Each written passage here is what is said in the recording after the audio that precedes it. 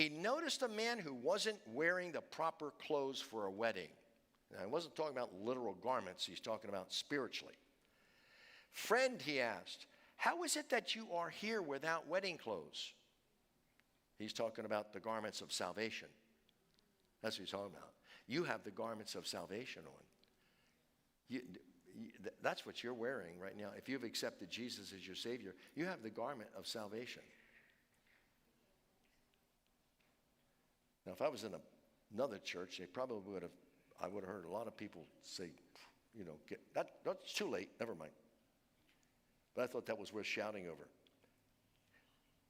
So, then the king said to his aides, bind his hands and feet and throw him into the outer darkness where there will be weeping and gnashing of teeth, for many are called, but few are chosen.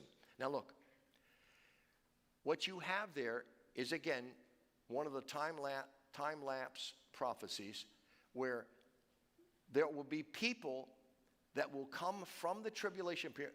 There will be Jews that will come out of the tribulation period, didn't take the mark of the beast, but somehow they escaped getting their heads cut off.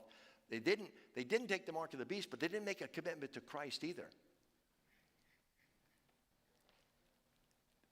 They didn't accept the Antichrist. They had their doubts about him, but they didn't really accept him either, Jesus.